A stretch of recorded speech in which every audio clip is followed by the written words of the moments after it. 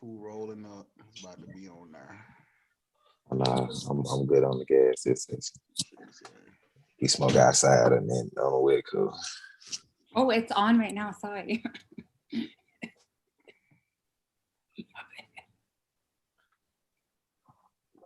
We gonna gas up after, not before. All right, we good. All right, y'all. Welcome back, everybody, man, to the Free Roots Project YouTube page, man. I want to thank y'all for coming back, joining with us. Good to see everybody yet again. I'm your boy Mike from the Free Roots Project. I'm gonna let everybody introduce themselves. My dog, go ahead and kick it off. What's going on, family? It's your boy Wine Wolf, the trap therapist. How your heart doing? Hey everybody, I'm Crystal from Let's Be Crystal Clear. I'm Hannah, also known as Weirdness. Right. So that's the crew. Y'all already know what time it is. If you came here, you already know what you're gonna expect. Today we're gonna be talking about what makes a revolutionary, and we're gonna center that around the movie that just came out, Judas and the Black Messiah.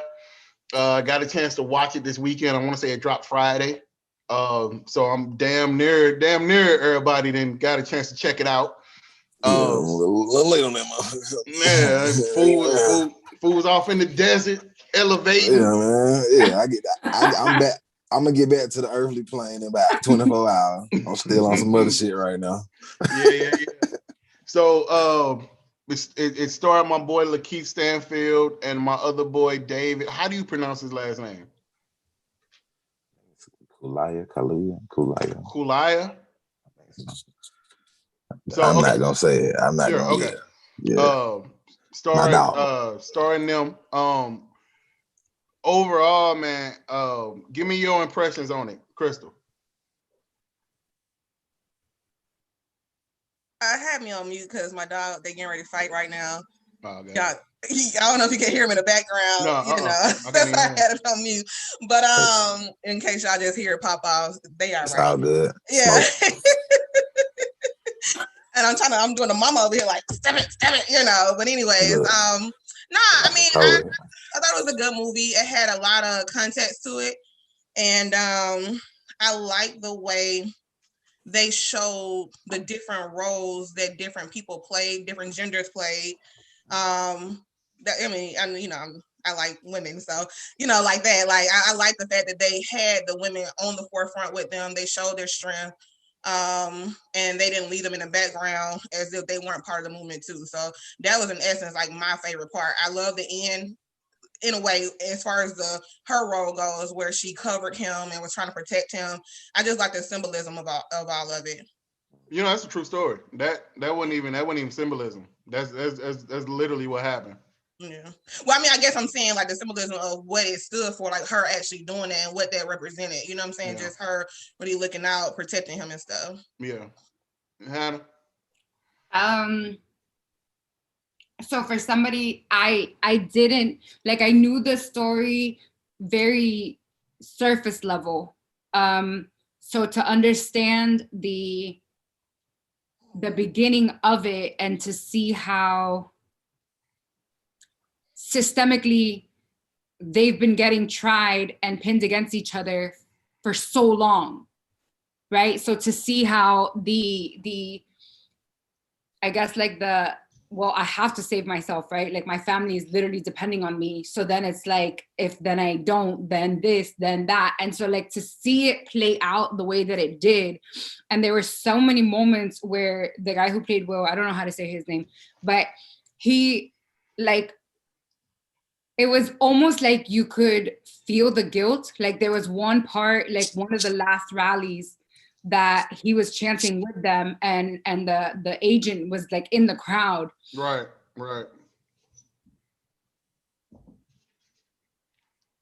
Watch, because it was almost like his two worlds were colliding, and it wasn't obviously, like, he never wanted to be in that position. And so really understanding the dynamic of what it is to be between a rock and a hard place, visually seeing that was very, very telling. And then also to understand the role, like Crystal was saying about Deborah. Like, I went down, her face at the end fucked me all the way up. Her face was, of all the mothers, the sisters, the girlfriends, the baby mamas, the wives, the secretaries, the fucking sign makers, the fucking writers, the typewriters, her face was like this emotionless defeat, but also like this enraging fuck you, like there's not enough room for the explosion that like is brewing inside me. And it was so intense. And then I started to think of all of the other women that I have come to learn about since, you know, my research or whatever, and just what that looks like and what it takes to be those women in those roles. Like, her baby was born, so I went and researched it. Her baby was literally born 25 days after. Yeah. Mm-hmm. And I'm like, and in real life, she talked about how the cops wouldn't even like let her close her robe. They had grabbed her by the hair and dragged her out. And like, there was so many other things that they didn't even put in the movie. But her face alone in the movie was so fucking intense that I was just like, like still processing it. You described that really good, because when I think back on that facial, you're right. Like, in her eyes, you see the defeat, but at the same time, her facial structure, you see the jaws clench, you see the tight face, you see the anger. Like, you see like you described that perfectly. Like, you can see both within her in that moment. And you're right, like everybody felt it. Like, for the women, like we all felt it, you know. And for me, it's like, now she's having to raise, you know, a child on her own, single family. Like, this whole, like, her facial, you're right, it did everything. That shit was everything. I think, yeah, I mean, you know, I think Lakeith and David, just from a performance standpoint, from a body work standpoint, I think we're looking at the next generation of great Black actors. I think those two cats right there, like, got it. Like if they're passing the torch, you know what I'm saying, whatever the fuck, like they're at the lead of it. You know, they turn in performance after performance after performance. So and credit to, like, they had everybody up in that motherfucker. So I mean, like credit to the entire crew, the entire cast. So I think that's one. I liked that it in a lot of ways humanized the Black Panther Party. That we got to see a lot of different sides of the Black Panther Party, or the people in the Black Panther Party. Especially like when you talk about Deborah. For me, that scene where he opened up her diary and they had that talk about, you know, how she felt about him, basically, you know, knowing he's marching towards his death, essentially. And what that looks like for her. I think oftentimes, you know, we look at our heroes dying from a macro mass level. And in that in that macro level, there's heroism to it. There's a inspiration to it. There's a glory to it, right? But for the people closest to you, I mean, you know, somebody you love, you can no longer, you know, hold anymore. You know, you can no longer talk to. You can no longer call. You can no longer have that bond where you can no longer grow with.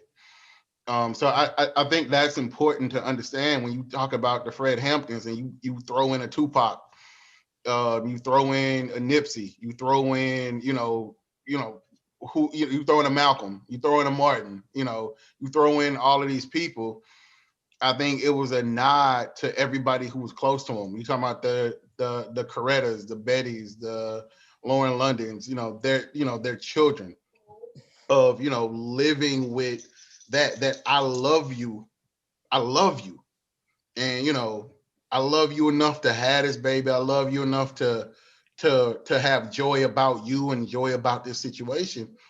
And you're on a kamikaze mission, and where the fuck does that leave me?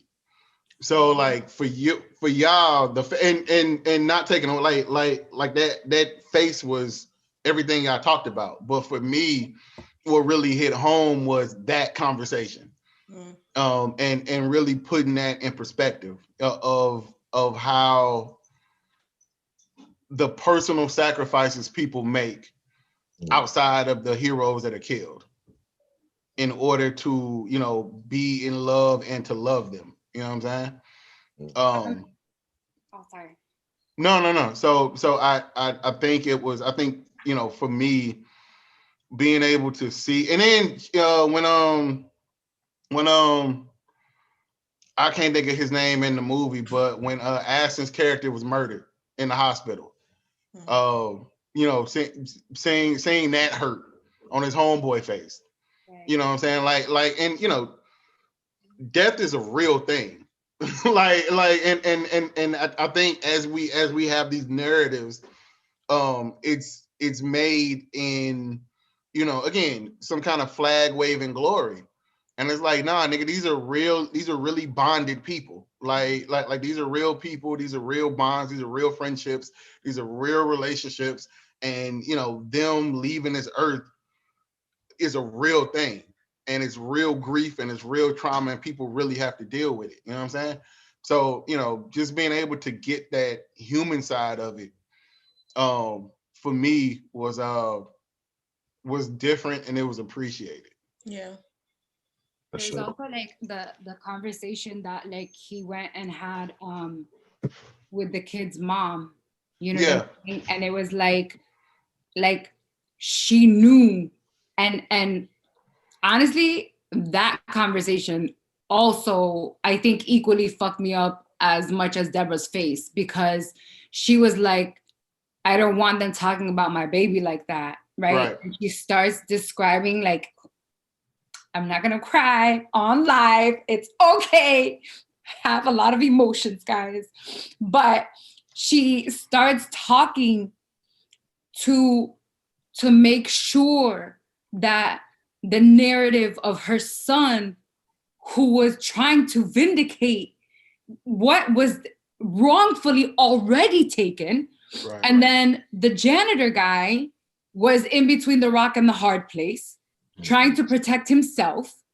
And so being aware of the amount of bodies that have been laid to rest out of these scenarios, because even then when they were like in the staircase at the other chapter, tower place or whatever, and then come to find out later that the guy who killed them was also a snitch for them. And then it was like, he's undercover laughing about having killed somebody. They don't give a fuck who he killed because it's one less for them. And so just the normally, like when you're watching like an action movie or something, like fucking Power Rangers or whatever, right? It's like people dying and exploding all over the place, no? Yeah. But all of a sudden it's like, and we're constantly being like filtered with these action movies where people, like, we don't even notice how many people have died in the fucking movie, right? There's shootouts, fights, all kinds of shit, from fucking Power Rangers to all these action movies, whatever, war movies. These people have no connectivity to being human to us. And all of a sudden what this movie did was it humanized them, but in like a very, very agonizing way. And I think anybody who's ever felt any type of guilt or shame, because even the conversation with Will at the last table where he gave him the gas station, like that uncomfortability in his body as he's opening the fucking envelope, like I just remember like cringing, like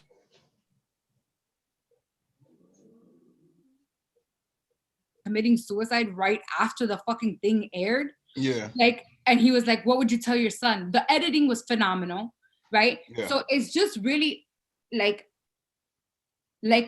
I don't think I have the capacity to comprehend the amount of bodies that are really, really attributed to this dynamic and to the small view into to this narrative, because this was a countrywide thing. And so I don't think that I'll ever be able to really understand how many bodies are lost to this. Yeah, going back to one of the things that you said, Mike, was about the guy who died in the hospital and his homeboy, essentially coming to look out for him. That was a relationship that really touched my heart, because what I saw them do was normalize the brotherhood and normalize that male to male affection, normalize, because usually in the movies or in the scenes, we see the woman that's at the hospital, she's crying, she's fighting for him. And it's like, to see your brother, you know what I'm saying, going the extra, trying to find out where you are. He went to the man's trailer, you know what I'm saying? He got the cops called on him, and this whole thing just for his friend, in essence. And I like the way they normalized the essence of that love. And even when he couldn't get in the room, he started, reciting the thing outside of the room so that he could hear him. Like, I love their whole relationship. Like, that was one of my favorite relationships to see, happen, play out. Absolutely. Like I said, for me, the main point of it all was just them taking the time to humanize us. I think they could have went, the Black Panther Party is provocative. It's, it's got this aura about it. It's the leather, it's the guns, it's the, all of that kind of shit. And like, they could have went that route, and people probably would have gave them credit for it. But the fact that they really did make it softer, they really did humanize it. They, each body, each death mattered. You know what I'm saying? Each death was felt. And I mean, and that's the reality of it. Like, these aren't random people thrown together. These are people, no matter what you're talking about, these are people from that community, be it Chicago, be it Oakland, be it Kansas City, be it Boston, be it New York. Like, these are people from that neighborhood. They grew up together, they went to school together. Like, and the thing about the Black Panther Party, which really kind of thing about the Black Panther Party is different from maybe the civil rights movement, slightly different, is that a lot of the civil rights movement were perpetuated by kids in college. So you got kids at Carolina A&T, you got kids at A&M, you got kids at Tuskegee, you got kids at Tougaloo, right? But they're from somewhere else. So they're making this, and this is taking nothing from them, they're making this impact, but they're doing it in a place they're not from, per se, right? Whereas with the Black Panther Party, they're literally, in their own neighborhood. And so it makes the connection and the humanity to what they're doing and like who they are that much more rooted. Because, we talking about the West, in this movie, we're talking about Chicago's West Side, right? All them niggas from the West Side. Like, that's they shit. Like they're not in Chicago, but they from Detroit, or they from St. Louis, or they from Memphis. Like, they from Chicago. So, it really gathers everybody to get to a place where this is my home, and these are my buildings, this is my neighborhood. Like, these are actually my people. So I think it makes the humanity of it that much more touching, because you are literally defending you're not just defending people, you're defending where it is you come from. Yeah, and I think it's like an art to, I feel like it's like an art to the writing to be able to connect the viewers to so many characters. You know what I'm saying? Usually in the movie, you're leaning on one or the other, like, what I'm saying? It's a various thing, but it's like we're connected. Like, I think back on the lady that was in the building and she was shooting. And I'm like, my heart is racing for her. I'm like, oh my God, you're in the window. Oh my God, oh my, you know what I mean? You know what I'm saying? Like, the whole, it takes you through each character, and you're feeling every single emotion of each character. When a guy, and she's like, where are you going? And I'm like, so, you know what I'm saying? Like, you're there with them, you know what I'm saying? And then at the, after that scene, and she's getting, handcuffed away, and Deborah's like, they can burn the building down. And you feel that anxiety, you know what I'm saying? Of her wanting to get, like, you're feeling every single emotion. So I think that's like an art to be able to do that and connect the viewers with each dynamic. Like, you have no particular one person. Like, you feel the homeboy, you feel everybody, every character, you know what I'm saying, within the movie. So props to Lakeith, because you even felt for him. Like I wouldn't say I feel bad for him per se, but you could feel what he felt. You know what I'm saying? And I mean, for him to be such in real life, like a real life person, such a vile and hated, disgusting, motherfucker. Like Lakeith made you feel the normalcy of the range of emotions and like the conflict, the internal conflict that he was going through. Like there aren't a lot of people who could take that kind of character and turn him into what Lakeith Stanfield turned him into. Right.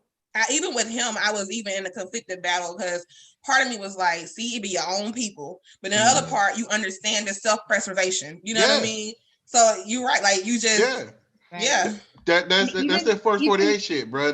When they motherfucking that, and again, niggas can talk that shit, bro.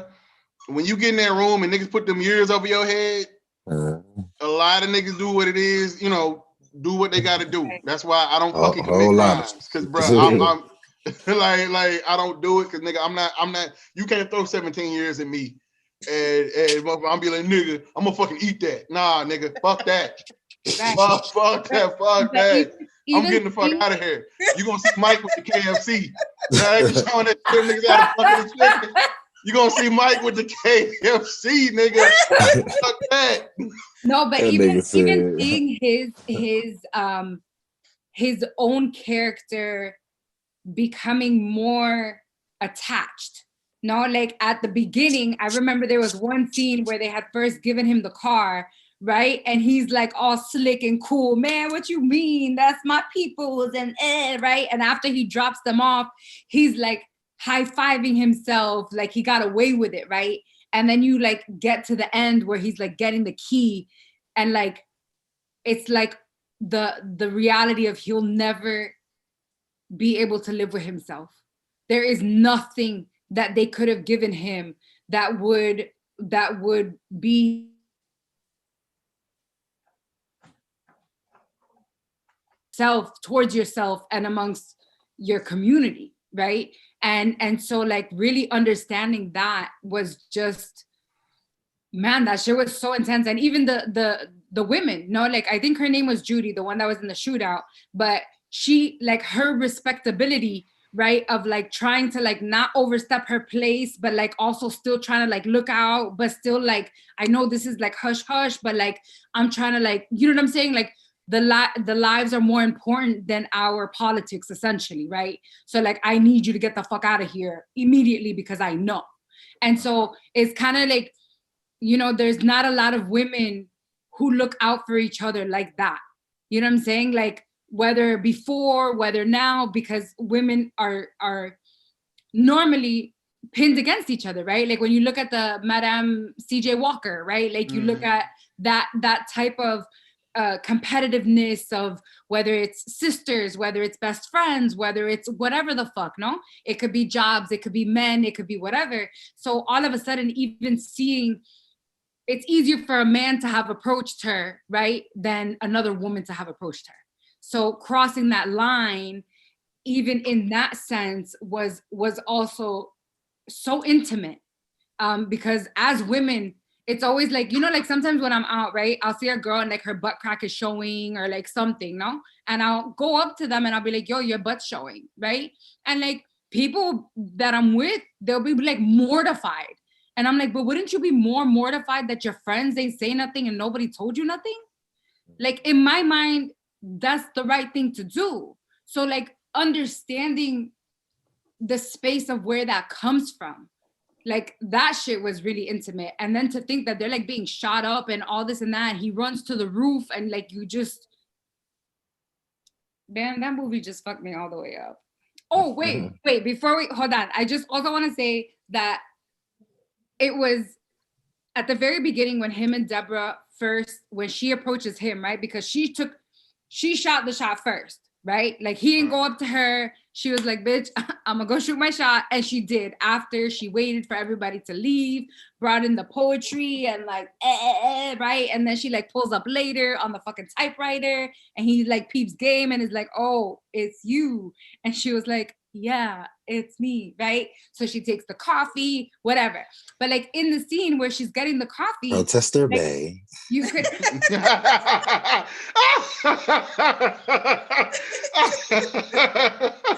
Yo, I cried that whole scene. Oh shit! Not protester, man. Damn. But in that scene, it was like, at least for me, it was like he had this idea that in order to be a revolutionary, you cannot blur the lines. And I feel like he had removed himself from feelings essentially in order to be able to do his job, right? And me having been in certain scenes and whatever, you know what I'm saying? Like, man, that attachment can really fuck you up, right? Because now I'm not just making sure I'm gonna make it out of this. I gotta make sure you got, because now we're connected, right? So all of a sudden, like that one pause that he took before offering her the coffee was like make,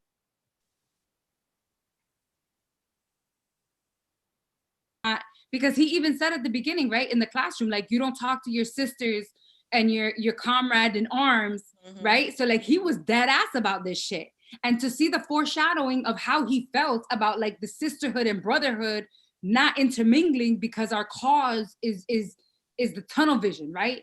So for him to take that pause before offering her the cup of coffee, knowing that she obviously shot her shot, and so she was already there, he knew it, but it was that much more important to him to have that connectivity. And then he softened himself with her. And then it was like also watching his progression as a man become more emotionally vulnerable with her, as well as growing as the chairman. So it was like, yo, the two roles you're playing are so fucking opposing. You know what I'm saying? Like, one is you have to be that hard. You're running like a whole fucking chapter in a city where shit's like on and popping right now, right? But then you also got like your little shorty back in the corner, and you're like, you know what I'm saying? Like, she's into poetry and feelings and shit. You know what I'm saying? So it's like finding that space was so fascinating to watch. Well, how do you, bruh, like, because I mean, Hannah brings up a very interesting point. How do you find that balance between the cause, the cause you pledge allegiance to, Rue, and but balancing your internal personal intrapersonal emotions?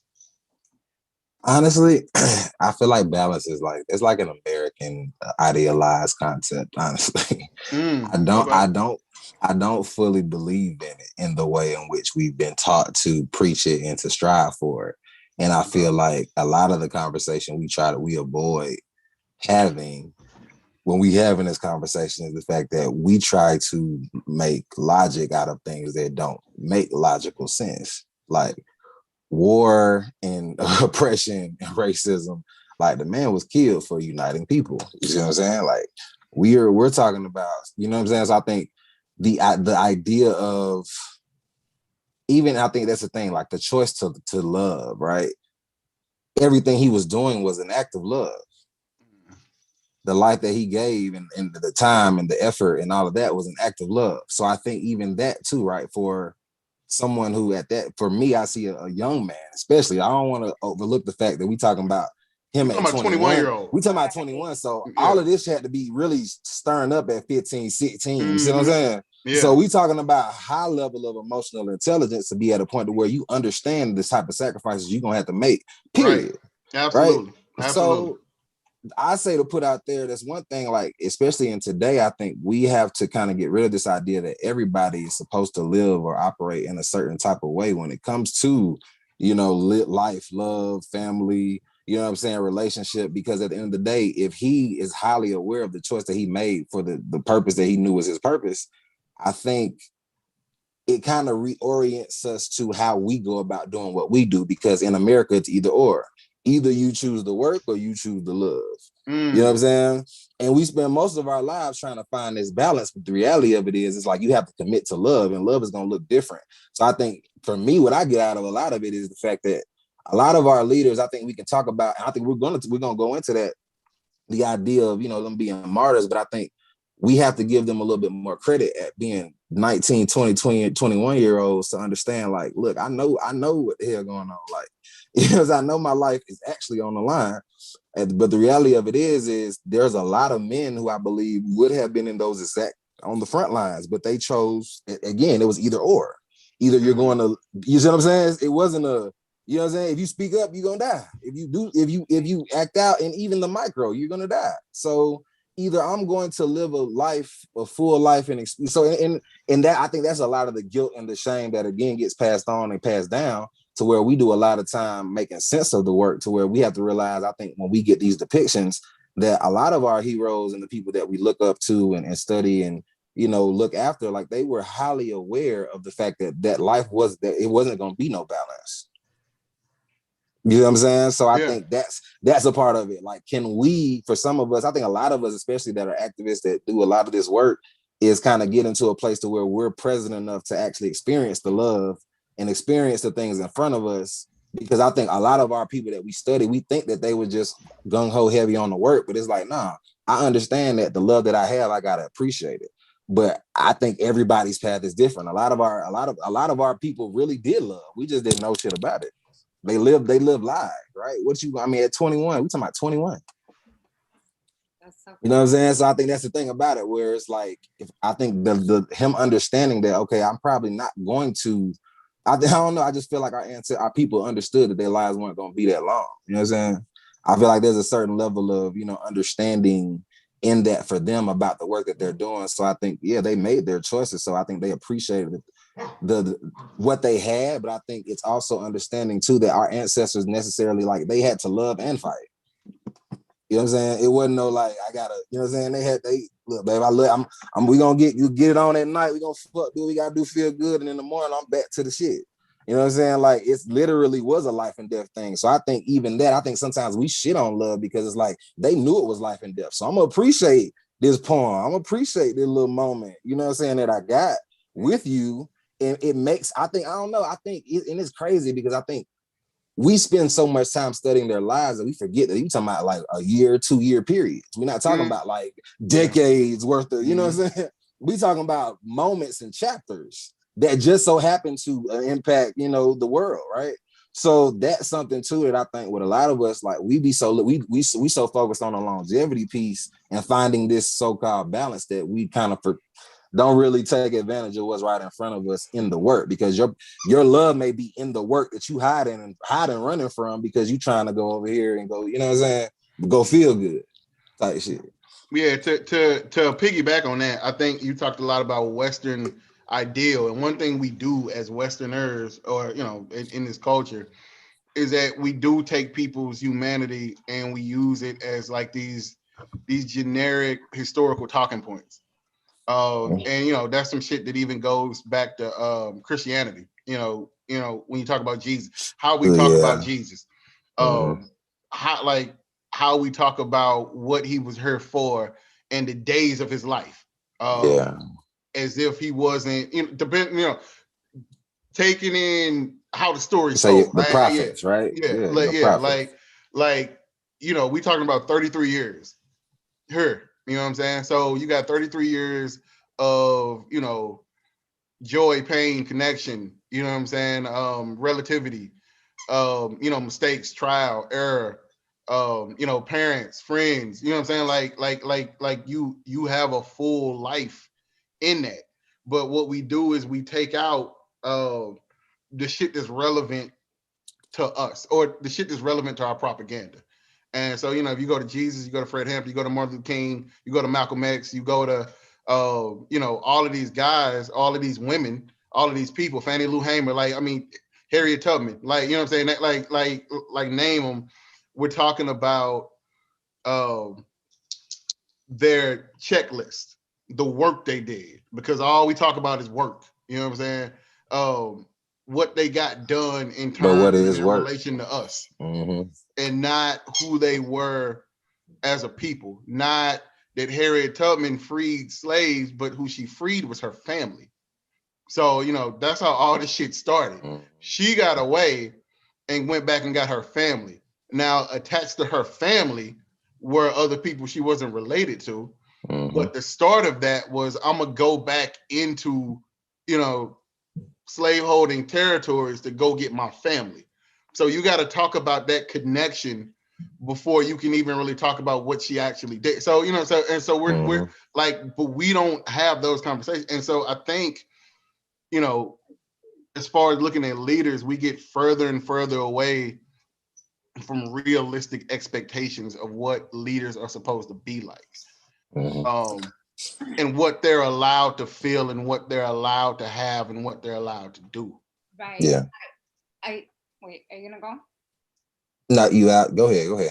How about that? So a while back I had a conversation, like one of my weirdness rants or some shit. I don't know what the fuck I was doing, but I did something. And I was talking about how like majority of the people that we put on posters and teach little kids about and glorify, like a huge portion of them were really fucked up. Like cheaters, gamblers, alcoholics, like fucking addicts, like addictions up the ass, depression, anxiety, like a million fucking issues, right? Like, and these people change the fucking world, no? Like, and I tell people that, like, when you think about it, right, I feel like it's so important that we do include those things into the dialogue when discussing these people, because it's so important for people to know, like, hey, you can be this fucked up and you can have all of these things like in your life and still literally change the world, right? Like when I think about some of the things, like I remember when I had first found out that like Martin Luther King used to like sleeping with white women, and he stayed cheating on her and like gambling and whatever. I remember feeling like, oh my God, like this is crazy. Like I don't want to know this, right? And he was my first one that really opened the door to starting to research people and try and going out of my way essentially to go down rabbit holes of like, I want to know the other stuff they don't want us to know about them, right? Because then that will let me know that there is a place for me in certain lanes and stuff like that.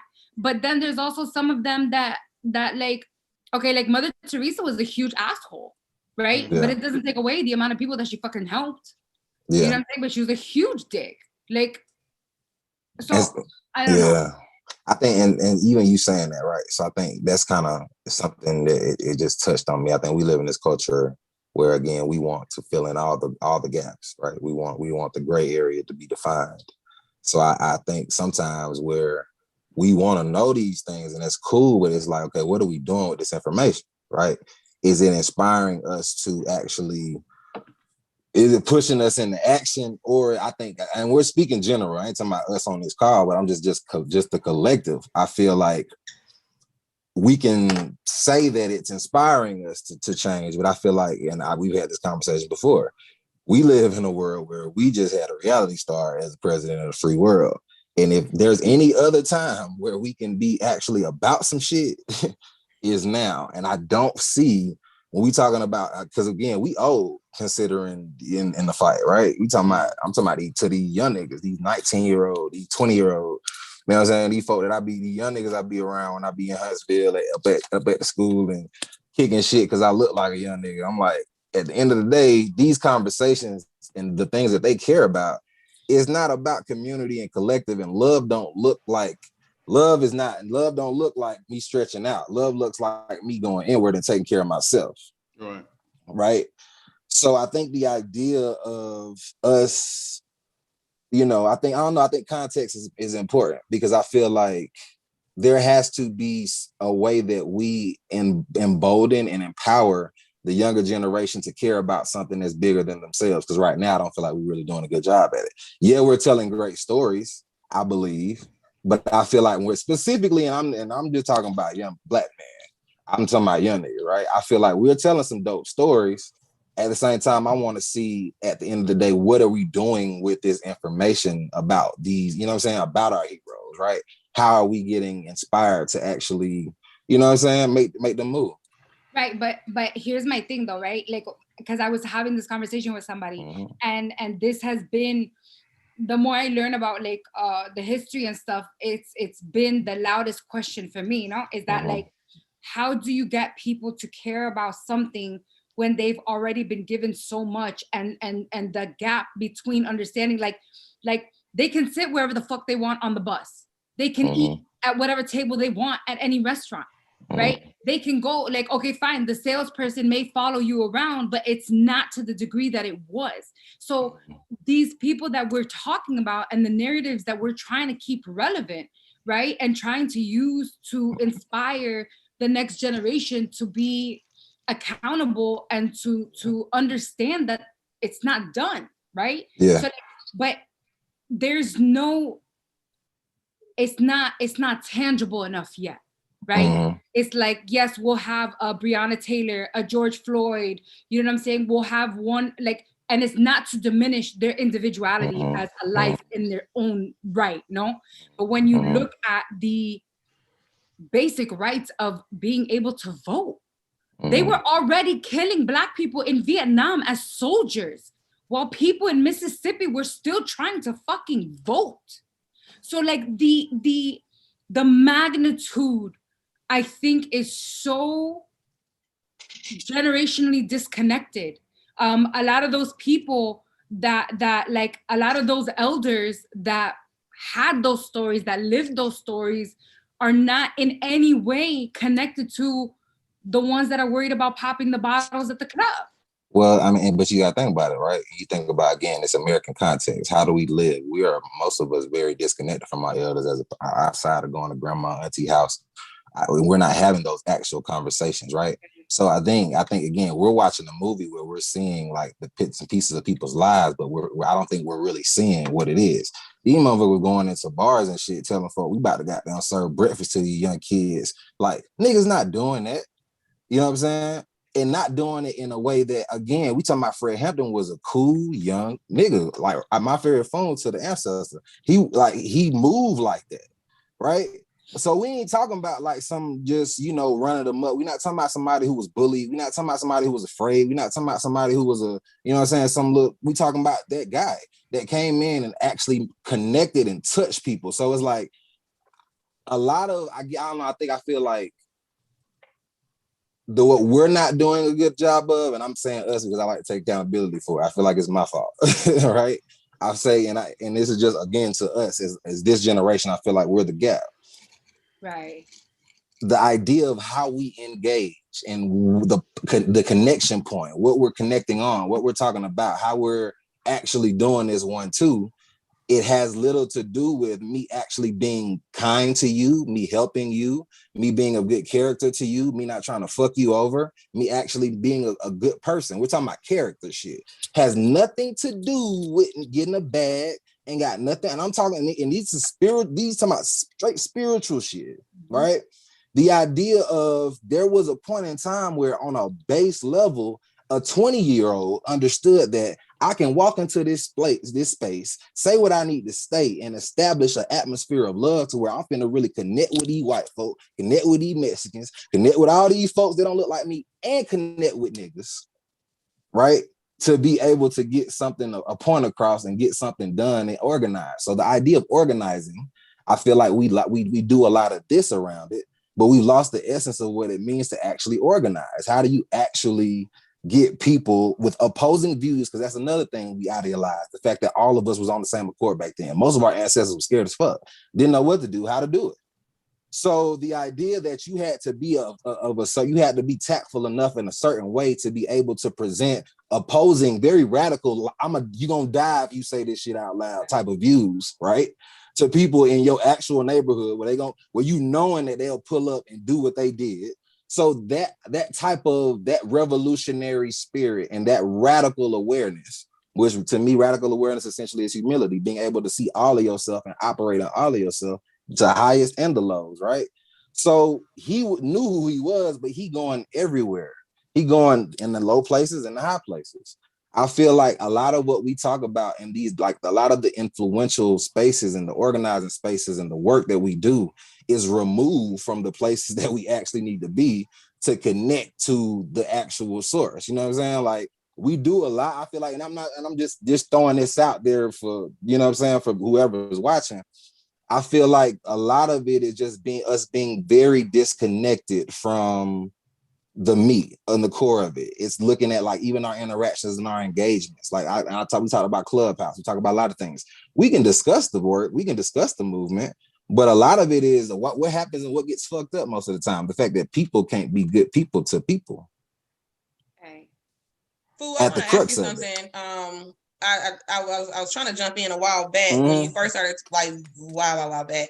When you was talking about emotional intelligence, right? And so I want to ask you to go a little deeper on that in terms of from a therapeutic aspect as well as from a Atlanta South Side aspect. You know what I'm saying? Where you have a very high emotional intelligence, right? And so I want you to talk about like what it takes for someone, for a male, you know what I'm saying, to be able, like you said, at 21 at that, for him to be able to get there, like what all could a person have to go through, you know what I'm saying, and tie back around to where you're talking about now, which is nowadays that connectivity is not there. God, the 21-year-olds, 33-year-olds, you know what I'm saying, that emotional intelligence is not there. That level of demeanor and that respect that you know what I'm saying, when you go to somebody's block, you know, gonna hold it down. Like we don't have that, you know what I'm saying? Because like you said, everybody's trying to focus on the bad. It's just like it's already hard to imagine him at 21 with the emotional intelligence capacity, but nowadays it's even more impossible to imagine that. And so I want you to talk more about like the stance of what is it, you know what I'm saying? And I bring that up also to talk about, like, for me, I noticed in my mind, I saw what I considered the change in him when he went to jail. And when he went to jail, you see this scene where he kind of fights back. And then when he gets home, for me, I kind of felt a part of his soul had left. Like something happened, you know what I'm saying? And that's typically what happens, especially when you go to jail unjustified, when you go to jail on some, you know what I'm saying, some bull or whatever. So I just want you to elaborate on that part and how that builds the integrity, how that builds the character, and how it diminishes it as well. I think, and that's, you said it, like, I really, really don't want to suit the fact that this we talking about a prophet that was 21 years old organizing in ways that we can't even do with nonprofits that got budgets, you know what I'm saying? So the idea that he understood and he took the task and the undertaking to lead, to know that I'm going to sacrifice certain aspects of pleasure, right? Certain aspects that I think that's the key there, right? The idea that we're glorifying somebody that really said, okay, I'm going to do the work that I know I'm here to do versus what I know I can do with this work. Like, it's not necessarily the what you do. You know, a lot of us know what we're supposed to do, but how we do it really. And that sacrifice. You see what I'm saying? Like the sacrifice. It's like, I can make this road comfortable for myself, or I can make this road how it needs to be. You know what I'm saying? And I think that him understanding the placement, I think that's the positioning piece. Like, all of us have a role, I believe, in the village, right? In the ecosystem. And I think as we have moved further and further from a place where we, you know, have had, you know, our lives restricted by laws and policy and just, you know, America, we forget the fact that some of us don't live life according to capitalism. And I think when you reverse that idea that my life is not about attaining $1 and my life is actually about what my destiny is, then the conversation started to change a little bit, right? So you start to look at what's right and what's wrong a little differently. You start to look at, okay, well, maybe this man wasn't necessarily a fuck nigga. Maybe he just actually had to create a certain level of emotional fortitude so that he didn't break down, because I understand, and I'm speaking from a personal standpoint, what happens when you're on the front line, but you understand you have to choose in America. You can't necessarily have family and be on the front line. You can't necessarily be as exposed and then know that you got folks that you're gonna take care of. Like, you can actually be blackballed for your freedom of speech in your mouth. And I look at, even, you know, where you at, Mike, a lot of the Black Lives Matter activists that is, you know, unfortunately transition in the ways that they transition, right? We tend to forget the fact that this shit is actually what it is, right? Yeah. And the fact that I think there has to be real conversations, and we have to start to shift this work to, okay, if this work is what I call is really spiritual work, we're talking about actually getting ourselves back to living life how we're supposed to be living. We know it's not about $1, then what it's about. Right. But I have a really quick while you're paused.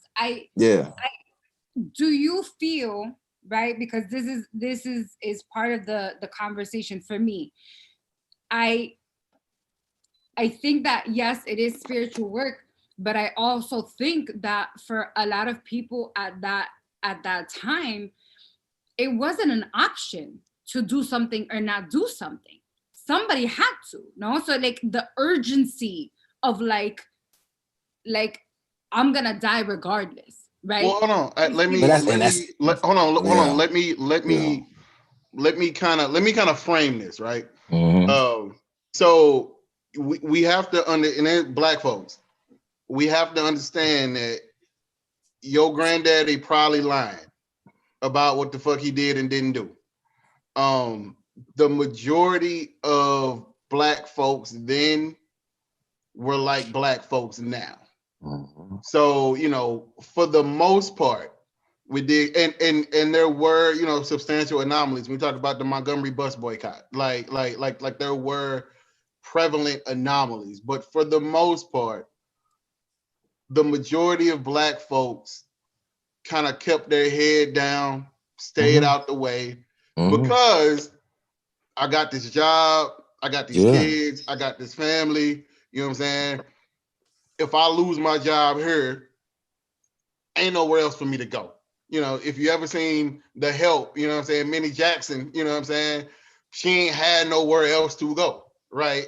So we were under such a gripping vice of systemic oppression that a lot of folks didn't have a choice but to keep their head down. So let's not take away from the fact that Fred Hampton could have graduated high school, went to motherfucking Wilberforce, and went to motherfucking Tennessee State, you know what I'm saying? You know, maybe did some sit-ins, fucked around, blah, blah, blah, got a degree, and maybe been a lawyer and been a president of NAACP, and, you know, lived a full, you know, happy, you know, life with, you know, got a couple awards, whatever the fuck. So everybody back then, when you talk about Fred Hampton, you talk about Huey Newton, who had a doctorate, you know what I'm saying, who was in a fraternity, who, you know what I'm saying, when you talk about Martin, who, you know, we always talk about grew up upper middle class. When you talk about these people, Kathleen Cleveland, Fannie Lou Hamer, they absolutely made choices. So there was the choice of, I can live the best a Negro can live in my capacity, and, you know, just transition through, live my life, try to do what I can. Here go $1 for the cause. Yeah, man, Black Power, keep doing that shit. You know what I'm saying? Uplifting word here, boo, you know, woo, woo, woo. Or I can jump all the way in. You know what I'm saying? So we got cats who really did, when we're talking about these legends, they jumped all the way in. Yeah. But I feel like I can understand that concept, but it's something for me that still says this aura of, it just still feels a bit more selfish nowadays. Like, okay, You see what I'm saying? Like, I get the concept that it's still the same, you know, Black people, and I guess for me, when I hear that, I even think about now, where it's like, at least back in the day, they were saying, I'm doing this for my family.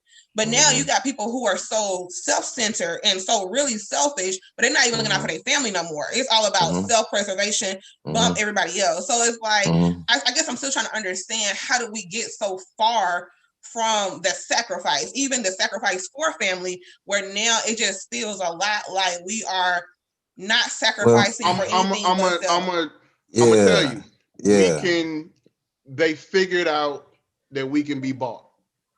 You know, just kind of to go back to what we were talking about earlier, when you talk about, you know, the leaders now versus the leaders then, we're talking about a level of exclusivity to where, in order to lead us now, you have to have a resume to do so. You have to have the degree. You have to have the law degree. You have to have the professorship. You have to have been on CNN. You have to have held political, like, you have to do this kind of rigmarole to get to the point where you're qualified to have people listen to you. You have to, because if you stand up at 21 without doing anything exceptional, we're not talking about, oh, he graduated Harvard early, he did, you know, he went, because if you notice, anytime they're talking about the next Black hype, the next Black leader, it's a list of credentials on why we need to listen to him, and not just let's listen to the young nigga because he makes sense. But I feel like it's even more minimized now. I feel like outside the resume, I feel like now the resume now in this year alone is all about the following. Like if you got the numbers, then you are qualified. Yeah. It's but my point is it's always some kind of predisposed qualification on why you get to be out front. And remember, I didn't say lead. You get to be out front. The face, but that goes back to, folks figuring out that the real problem is capitalism. And with the real problem being capitalism, folks confuse capitalism with money. So this is what I'm gonna do. Cool. You want blah blah blah, whatever. I'm gonna fly you out. I'm gonna give you this position. I'm gonna give you this grant, right? You gonna make $100,000. And not only are you gonna make $100,000, right? I'm gonna give you $100,000 to sweep up the hood, whatever the fuck. You know what I'm saying? Whatever the fuck. Cool. And so that way you can go and tell people, yeah, you paid, your family paid, you good, your kids straight. And then I can tell the community, look at what I've gotten for you. I've gotten $100,000, $200,000 to build this community center, to build this playground. I done got part-time jobs for people, minimum wage jobs, motherfucking go work. You ain't got, what I'm saying? All of these little bullshit, right? If you look at the money trail of nonprofits, liberal nonprofits, they often revert back to conservative causes, right? Because they know if you give them social welfare, you don't have to give them social justice. And your leaders. One more time. Excuse me. Can you say that one more time, please? If you give them social welfare, you don't have to give them social justice. So you got these leaders who, I'm gonna give you 100 racks a year. You good. I'm gonna give you another 100 for the hood. Y'all good. He gonna run back and say, I done got this for the hood, right? He's got no equity. So when it comes time to really make an impact, really make a change, really demand accountability for the systems that have us where we are now, nigga, shut the fuck up. Or I'm gonna take everything from you. I'm bought, right? Malcolm X couldn't be bought. Fred Hampton couldn't be bought. Fannie Lou Hamer couldn't be bought. Harriet Tubman couldn't be bought. Martin Luther King could not be bought. Now again, were none of these people perfect by any means, but they could not be bought. And if you look at what ended up ultimately getting all of them transitioned, it was a decisive decommitment to capitalism. If you look at Fred Hampton understanding that the real enemy is the wealthy, and that poor Black folks, poor white folks, poor Hispanic folks all have the same enemy in common. I figured that out. Malcolm X figuring out the same thing. It's not white, Black, it's more so economic. Martin Luther King, the poor people campaign. You know what I'm saying? Like the list goes on. What gets you fucked up is a commitment to staying away from everything capitalism offers. If you want to talk about racism, you go right the fuck ahead, my nigga. Cool, you can have it. But when you start talking about the societal order and structure of how the wealthy exploit their labor, that's when you become a real problem. And nowadays, what we don't have is people talking about that. And the reason why you don't have it is because the people who should be talking about it get paid by them. They get paid by CNN. They get paid by MSNBC. They get paid by all these websites. They get a lot of niggas in Ferguson are dead, right? A lot of niggas.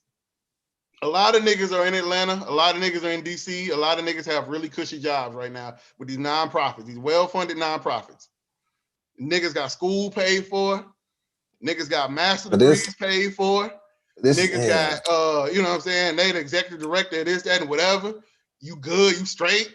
We gonna fly you to Atlanta. We gonna put you on CNN. You gonna be a motherfucking correspondent. You gonna do all this shit, right?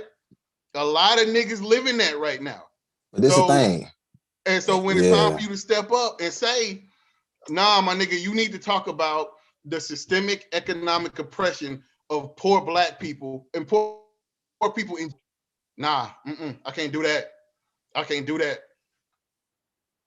And you know what? And I look at it like, honestly, I honestly believe that even that, right? The idea that that there's so much power in that narrative. I just even feel like back then, like we was doing that back then. You know what I'm saying? We was getting paid to be the house nigga back then, like to be the one that's you know what I'm saying. So I look at it like for us to still be aspiring for that, and the fact that a lot of what we look to, and the fact that we do follow the people, we do follow certain individuals, we do go for the flash, we do go for the comfort, and we do go for this idea of balance, right? We drink the Kool-Aid.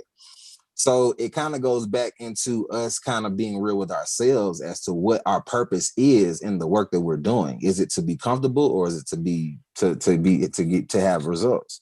And at times, I think and that's why I like to approach this conversation. I try to approach it methodically, because it's real trauma for me. Like, I was the loud 21-year-old, 22-year-old, you know what I'm saying, in Alabama, like at the heart of a lot of shit.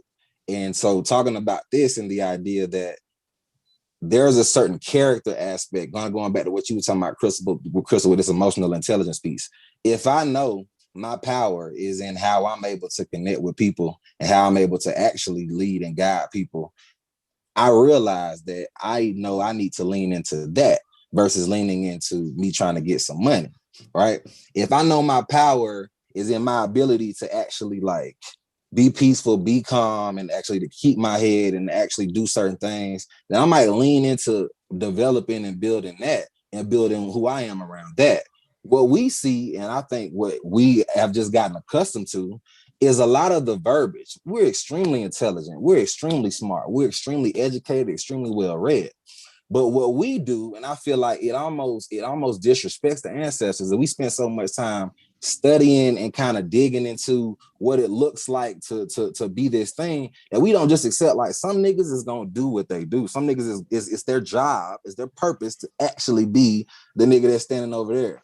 My thing is, with all these tools, with the internet, with all that we got, with the platforms, why are we still giving certain niggas the mic?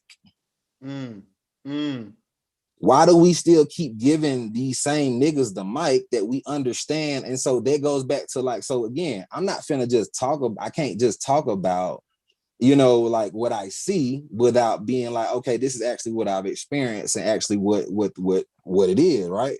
So if I know that I got to actually, going back to what you said about on some Southside shit, Crystal, if I know that my power and the reason why a certain level of niggas fuck with me is because I've actually shown that I can be trusted in compromising situations.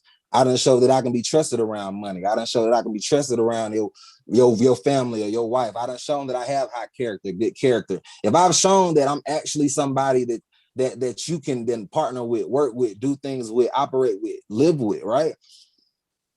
My power don't got nothing to do with with the money that I can give or with the money that I can make. My power has everything to do with the fact that every space I go into, I'm making it better, right? So I think sometimes even looking at it like on the surface is like, yeah, you know, we can say, you know what I mean? Like we can say these people were these people and this, that, and the third, but let's simplify this shit, right? Let's simplify it a little bit.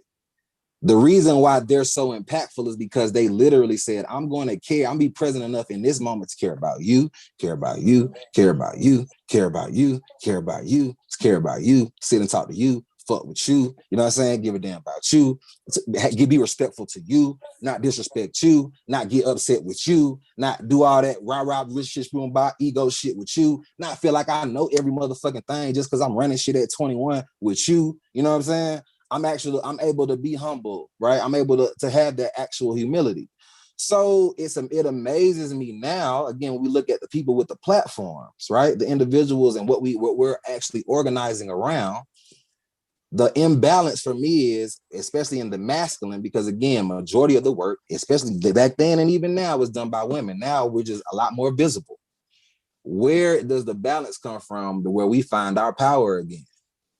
Because we're wanting to be like men who, again, weren't wealthy, didn't have a stupid bag, didn't have all these things, right? So you saying you the next Malcolm, but nigga, Malcolm wasn't a multimillionaire.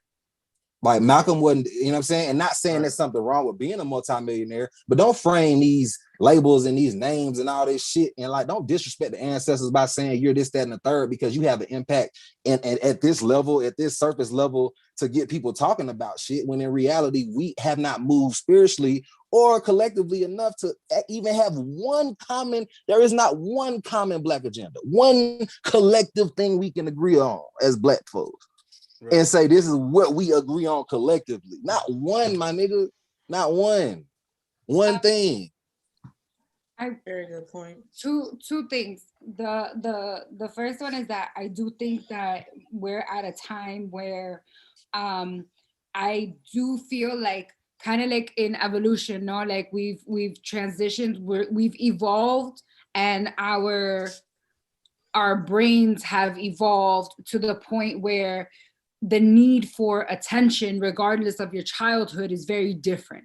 I look at the generations being raised on technology, social media, whatever. So I do think that they're part of this conversation should actually really be about evolution, and that we are enough generations into technology where that is a real ass thing. And I think that that's not really given enough space to really understand that, like, I don't think that Fred Hampton didn't have fucking Instagram. That's why he was able to fucking connect to people physically. They didn't have no fucking Facebook or nothing. No, like they was like, yo, if I'm gonna see you, I'm gonna go see you. Right? Yeah. There wasn't no cell phones. There was none of that. They still barely had fucking payphones. No, so like we really have conversations around the integrity of character. We're living at very different times. Understood. Right? Even the car, where he literally didn't even have a fucking car. So like even just that part alone of having to like ask for a ride, even in those car rides, bro, like a whole lot of shit happens in car rides. You know what I'm saying? Like a lot of connectivity, no? So like when you really think about like the opportunities that they had, we have no understanding of what the fuck that was. And I really do think our generation is the one that bridges that gap, because our childhood was there. Right, our childhood was the first ones to get a Hotmail address, AOL dial-up, the fucking floppy disks, and then go into Instagram, and then all of that. And also, our generation is that, where we have the ability to think before and then know what it was after. And so, I feel like that is why we do have a lot of conflicting feelings, and because we are the ones on the seesaw, where we have one foot there, one foot here, where the other two we're trying to like bring together, but they're like, nah, fuck y'all, like you don't get us, we don't get y'all, and like whatever, right? The baby, well, I think other ones. But that's the thing. I think there's still a common thread there. They were still kicking shit back in the 50s, the 40s, the 60s, the 70s. They were still on that same, you know what I'm saying, shucking the job and kicking and having a good time shit that we be on today. Like the tools may be different. They may have been able to they may have had to physically go and, you know what I'm saying, fuck with each other. But again, we see COVID ain't stopping shit. You know what I'm saying? People we still congregate, we still gather. And also to the idea, I think sometimes we don't give the younger generation enough credit, the fact that they do give a fuck. Like they actually know what the fuck going on. You know what I'm saying? They're emotionally aware. A lot younger than we did early on. Like they're look, shit 100%. Thank you. So I'm talking to my daughter about real shit. Before we go forward, I also want to say that one of the conversations that I have a lot is about our I guess like addiction to, I don't want to use the word addiction, whatever, like our attraction to drama and theatrics and filters, no? Like when we look at who's the highest paid actors, actresses, movie stars, athletes, everybody that is living a not our lives, right? I am depressed, and it's so much easier for me to go binge watch a fucking murder series than actually deal with my emotions. So when you're talking about why is it that this motherfucker has the mic, well, obviously because I don't want to fucking deal with nothing, right? So if this motherfucker is not gonna fucking call me out on my bullshit of not dealing, not doing the work, not being accountable, not showing the fuck up, not doing nothing for anybody but myself, right? Why would I not want him to have the mic? Because now he's going to fit into the system of keeping me in a state of numbness where I don't have to owe anybody nothing, right? So when we look at all of those people who are the ones who have the mic and on the front lines and whatever, like I think athletes and musicians and actors and actresses are the ones that are actually in indentured servitude right now, right? Because by the contracts, they're literally scouted since Pee Wee League. Their families have been paying for whatever and signing papers on the low and all of that. And so their lives are not their own anymore once they're the athletes and whatever, right? But all we see is the millions. So then you have people idolizing these ideations essentially, because that's not the reality, right? How many times have they fucking Wesley Snipes in the fucking IRS? No? How many of them are like in debt? How many of them are literally renting their jewelry? You know what I'm saying? So the inauthenticity of a lot of what the disconnect is also fucked. But again, but that's not. But kind of what Food was saying, like that's not new. Like if you if you go back when you talk about the motherfucking juke joints, the motherfucking corn liquor, like people due to the shit they were going through, due to sharecropping, due to not being able to find a job, due to overt crazy racist, like due to all this shit, we are black folks are experts in coping mechanisms, experts in it. We are experts in having to numb ourselves to get through life, like not just a bad day, not just a bad week, but to get through an entire life. Like we keep multifunctional addicts in our family, like generation after generation after generation. Like it's a real thing. So I'm not even so sure that's new. It might have a different spin, it might have a different face to it, but no, it's absolutely just a tradition that's carried on to that. So when you think about, we're talking about who has the mic, that seems to be kind of the common narrative. The mic is given to the motherfucker who is linked up with the motherfucker that owns the sound system. Like again, going back to who the fuck we choosing, who the fuck we dropping this bag off to, that's who the fuck gonna get the mic. Before, there are some, when we talk about just influencers of people, there are some people who do get that organic, natural platform, right? Most of the people you follow, even when it comes to this, radical, black empowerment, all that kind of shit, we follow them because we've been told to. We follow them because they're everywhere. And this isn't to take away, this isn't to knock anybody or anything per se, but like you follow Angela Rye, I'm just throwing her out there. You follow Angela Rye because Angela Rye is acceptable to a lot of powerful entities. Now, I'm not saying she don't do work. I'm not saying so anybody here, she ain't gonna see this shit. But if she ever sees it, I'm not saying she don't do work. I'm not saying she don't do like her motherfucking thing. What I'm saying is she's acceptable to the powers that are in power. So she's gonna be on CNN, and then Beyonce gonna shout her out, and then it's gonna happen, and that's gonna happen. And so then you go and you look and you follow, and she has a platform, right? She doesn't build that magnitude of that platform without being selected. Now, I don't know why she's selected, so I'm gonna get off of her. But people are selected based on criteria that's not conducive to the improvement of the community they come from. Let me throw something in there real quick, because I don't even want to do that to shout it, right? Because I know from being a young aspiring, like even like we talk about this sometimes, but like the idea of a lot of my professional trauma came in those spaces where a lot of what I intended for good, the game actually turned into me being a token in a sense, right? Or being used in that capacity. So I feel like we have to also, I think, even how a lot of times people pit Malcolm against Martin, we got to remember that like it's not like we're like, just because someone is on these platforms doing the work, that they not also fucking with or can have the opportunity to be a part of other movements or be working in other ways.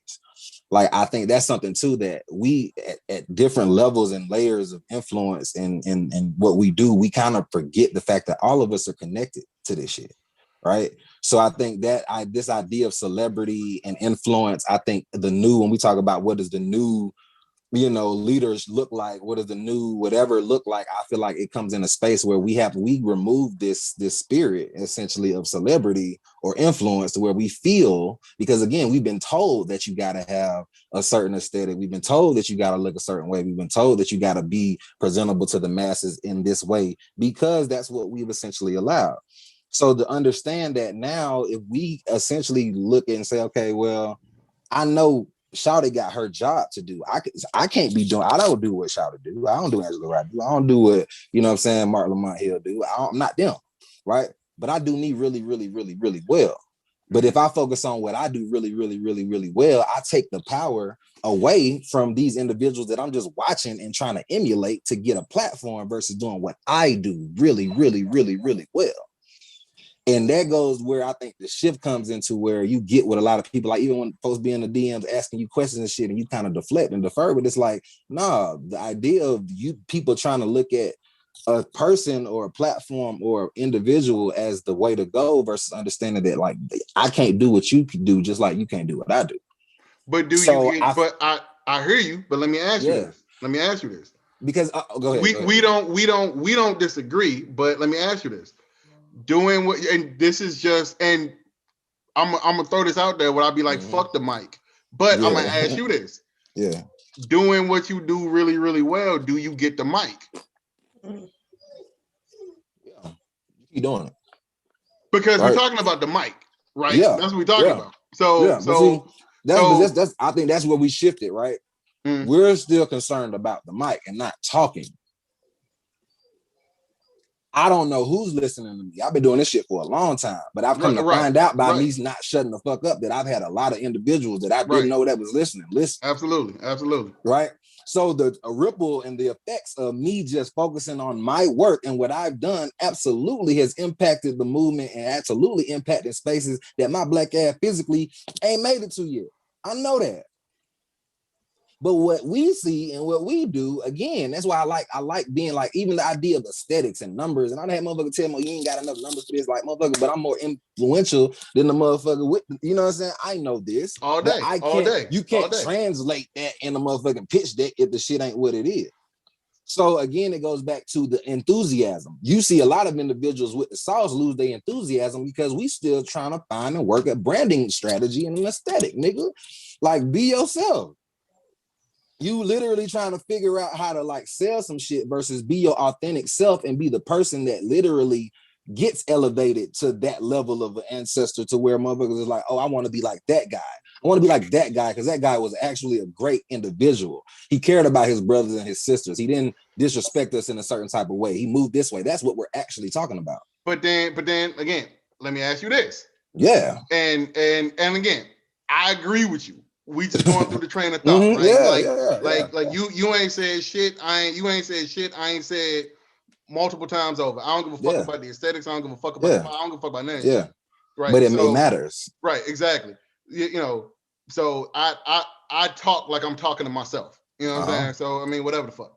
But so are you saying that the microphone, the auditorium, is no longer needed? Is that what you're saying? Girl, we can literally at this point, and like I be joking like Fed watching. Hey, what's up, y'all? How y'all doing? Like, you know what I'm saying? At any given point of time, we can get on our phones and say some shit, upload it, record it, put it on the internet, and it's everywhere, right?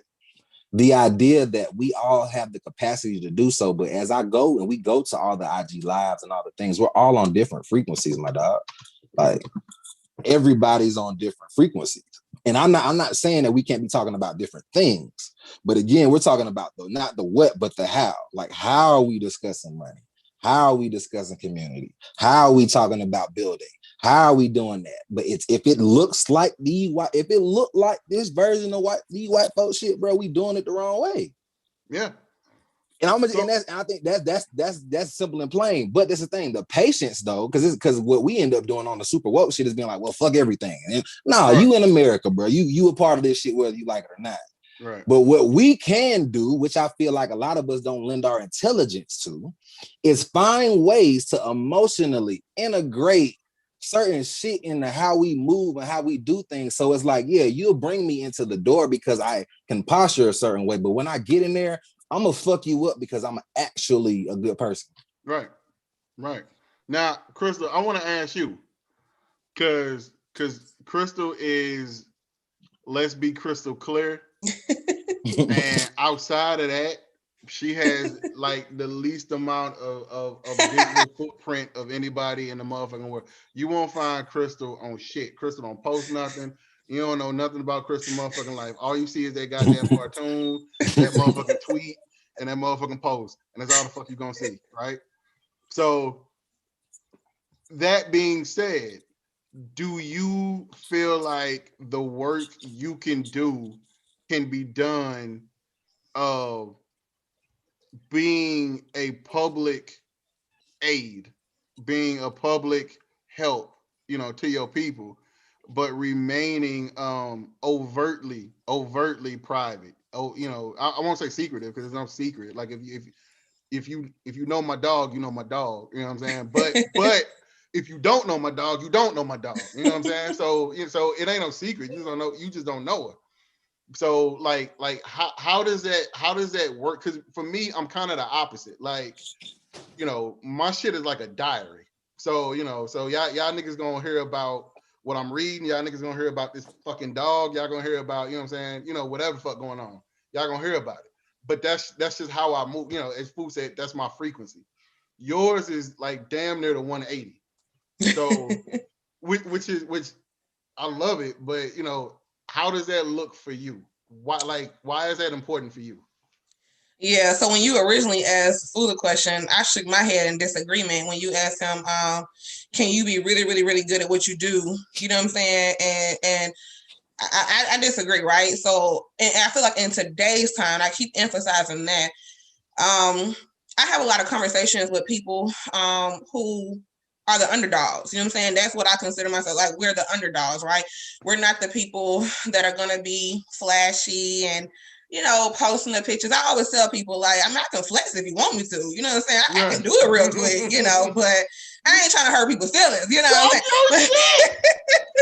See, that's some Southside shit. Yeah, you know what I'm saying? Like, and for me, that is my confidence. It's like, when I see how some people have gotten to where they are, I see the aesthetics. I see how they got there, right?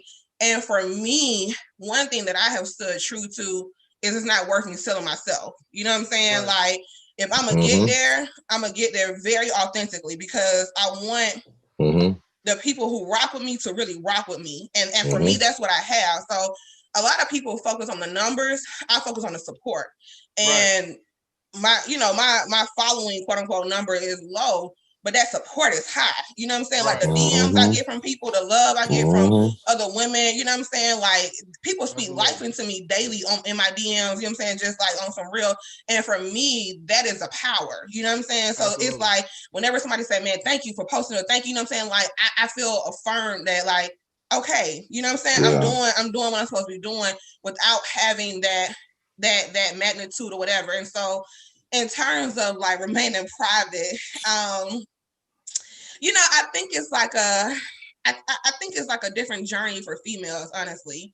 I feel like females have to tread lightly, because if you are a female that other females see as a threat, then you're gonna be a target. So you kind of got to know how to play in the middle of, I'm pretty, but I ain't fine. Like, it's a whole thing. Like, you just gotta know. It's a whole mind thing to know how to maneuver. Whereas, like, with guys, like, y'all can be open. You know what I'm saying? I mean, some dudes might say something here and there, but the majority is gonna rock with you. Whereas, like, with a female, the more open you are, the more attack you get. You know what I'm saying? And so I always express to people, my choice to be private. I'm not one of those people to play with. Like, I don't play like that. You know what I'm saying? Like, I'm that person, like, this internet keyboard, I don't do that. You know what I'm saying? Like, if you come at me, I'm a bulldog. Like, it's on. You know, like, and that's my boundary. You know what I'm saying? It's because I know that I can't I can't not react. Like I'm a reactor, you know what I'm saying? Like if you come at me and my loved ones, my people, if you know what I'm saying? Like I don't post, because I know that if somebody says something, I don't have the capacity to be cool. You know what I'm saying? So me choosing to be private is more of a guard, because the more people know, the more people feel like they can speak on your life. And look, let me tell y'all, my saying nowadays, people always feel like they so opinion. Everybody say like, I mean, you can have your opinion. I tell people, no, you can't. When it comes to me and mine, you can't have no opinion about me and mine. I'm not asking for it. You know what I'm saying? And so that's just how I rock. You know what I'm saying? I understand like in today's world, everybody wants to have the freedom of speech and everybody wants to have whatever. That can be cool in certain platforms and certain circumstances, but when it comes to me and mine, it ain't. You don't. And because I'm not emotionally available to allow that, my guard is I'm gonna let y'all know what I want y'all to know, because if you say something wrong, that's it. You know what I'm saying? Like, and that's and you know, Mike, like you always say from meeting me, like I'm a straight shooter. You know what I'm saying? I don't play them games. Like I'm not. You can look at the smile and you can, hey, you know, that's cool. That's the guarded part you get of me. But when I let you in, it's a certain vulnerability. That's what it is. A certain vulnerability. The vulnerability. Yeah. And I think people don't know how to. People have lost the genuineness in hearing somebody's vulnerability. Yeah. And I get so upset. Like when I hear people tell their stories about just whatever, and when their stories are because they're choosing to be vulnerable and people attack them, that makes me so mad, because I'm just like, that y'all are weak. Like y'all are weak for attacking somebody who's choosing to be vulnerable. Like that takes a lot of strength. That takes a lot of healing. That takes a lot of transparency to be able to be vulnerable in front of strangers. And so when strangers feel like they can now attack because they feel like they know these details about you, I don't look at that as dope. I look at that as very weak. And when it comes to weak stuff, I lose respect. And when I lose respect, my friends know my mouth get very bad. I think you said something like that idea of vulnerability, and you know, I'm gonna always throw the spiritual piece in there, because it's like I get chastised for this about what I share and how I share and how I post, and the idea that, you know, we are uber transparent, extremely transparent, and there's nothing wrong with that. And you know what I'm saying? Like I've been that way, right? Where I've had to check myself is in realizing that, you know, we think about our leaders we have had again the tools back then, you know, shit, our folks would have been all up in TMZ on the shade room with the shits, right? And the idea of us respecting the work versus like, you know, don't shoot like get the message, not the messenger. You know what I'm saying? Like, and we were able to do that, I feel like, at certain points in our collectively, and you know, where we were able to honor the people that did the work collectively for us, but not necessarily break them down individually, because we knew shit, we was fucked up too, right? And I think at the end of the day, just that idea of even just, you know, how we respect what that work looks like and what it takes from people, and, you know, just the idea of honoring, you know, people for who they are and all of their humanity, not just the good shit, because all the magic ain't in the good shit. Like this idea that just nobody like to be just because you know do good don't necessarily mean you don't do bad. Like I don't, you know, and the idea of good and bad, right? People are imperfect people. We make mistakes. We fall short. I fall short every freaking day. That's why, you know what I mean? So I think when we get too caught up in the details, which I think sometimes our technology and how we are, it works against us, because getting caught up in the details of the things, God told you to move. He didn't ask you what street to turn on, all this other shit, what car you were gonna drive in. You was told to move. And in some of the ways that we kind of detail and we kind of share and highlight it, almost, and going back to some of the anxiety and why we always we want everything to be perfect. We want this shit to be like this and this, that, and the third. And we get paralyzed because sharing the details, now you subconsciously give a damn about what people think about the work. And so I've caught myself having to like, nah, nigga, you don't got to keep telling folks that you a certain type of way, nigga. You been doing this shit. Like you been on that. You been, you know what I'm saying? You don't have to validate. You don't need that, right? You don't got to do that. But because I know that comes from a place where I'm like, shit, niggas, they don't trust men, cis heterosexual men in these spaces in the wellness space. You don't see niggas that look like me leading fucking panels and shit, talking about they chakras and talking about light and all the shit that I know I'm versed in. You know what I'm saying? So I spend most of my time trying to prove to the people and myself that I am who I say that I am, right? Versus doing the fucking work. So to think about, even like Krista said, on the flip side, why some of us do share, and the idea of, like you said, for sometimes for men being and like, and that's, ooh, you said something, my spirit hit me. We on the surface is cool for men, but at the same time, when you doing all that flexing and all that, nigga, you a threat too. Nah, yeah, nah. I was gonna like you a threat like throw a that in there, John. dog. You look. Yeah. When I say on some, like, I've been that nigga for a long time in my life, right? And the idea of, I'm a Leo, like, I don't shy away from certain things, but I have had to. Because when you get into this space and who you are triggers people, and who you are offends individuals because of the energy that they feel from you. You overshare. You get into oversharing. Now it's like, oh no, I don't do this. Like, this is why I do this, and I got friends, and I can manage this, and I can handle that, and I ain't gonna try you, and I ain't gonna be this way, and I ain't gonna, because I know that, like, that's the norm. So then you get into this, I gotta prove myself to motherfuckers versus just being my fucking self. But I think that's what it is. I feel like the society has made people uncomfortable being themselves, because when people show up as themselves, they get attacked. You know what I'm saying? Whether you, like, especially for women, like you said, whether you don't show nothing or you showing too much, right? Whether you know, it's damned if you do, damned if you don't type situation. And I think it's so important we had this conversation, because to honor, again, the opposite sides of the spectrum, where you're looking to protect yourself by not sharing, I'm looking to protect myself by sharing. You know what I'm saying? And to realize that it all goes back to us just trying to feel comfortable in who we are, right? Yeah. And to try to not cause harm, right? So going to that, you know, that space to where, like, being emotionally aware, for one, of who you are and how you operate and what you're able to handle in your capacity. I think, again, it goes back to some of that emotional intelligence piece. I think fundamentally, where a lot of this, I feel like, going into the next correction, and our kids, the idea of us really instilling this aspect of emotional awareness and IQ, and that being a key lever for how we see individuals that need to have the quote unquote mic. Because we got our own platforms and our own dollar supporting shit and supporting the fuck shit too. So I don't even really want to give the establishment as much credit now when we actually are funding the fuck shit. You know what I'm saying? I think a lot of it is, when you talk about emotional intelligence and just all that kind of shit, it's an overemphasis in the quest for validation. You know, we always need to find some kind of benchmark to validate us, and that validation can be the microphone, the validation can be that blue check, the validation can be, you know, 70,000 followers, the validation can be, you know, a groupie, the validation, you know, whatever. The validation can literally be whatever the fuck it is, but that's what we always emphasize. I know for me, and I like this, I'm going to Hannah next, because what I realized is we do have 4 different leadership styles here, like literally 4 completely different leadership styles. For me, I do share a lot.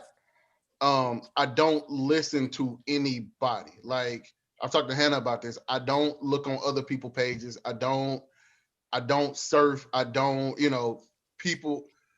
I'm not, if you look at my apps, Instagram says barely used. Like, I literally get on there, post my shit, whatever I feel like thinking about, and I go. But that's intentional, because if I start looking to my left, looking to my right, figuring out, oh, you know, how many followers do I have? Like, I don't keep up with my own follower count. And it's because I don't want to get sucked into goal setting based on who I am as a person. I like, that's how, in my opinion, my easiest way to get fucked up is I start looking at followers. I start looking at, you know, contemporaries and like what they got going, what they doing, who interviewed them, who sat down with them, who gave them a motherfucking, you know, column, who, you know, oh, they got 85, you know what I'm saying? Like, I don't look at that kind of shit. Because I want to stay as true to myself as I possibly can. So, you know, I always post, like, literally, I'm talking to a dozen people.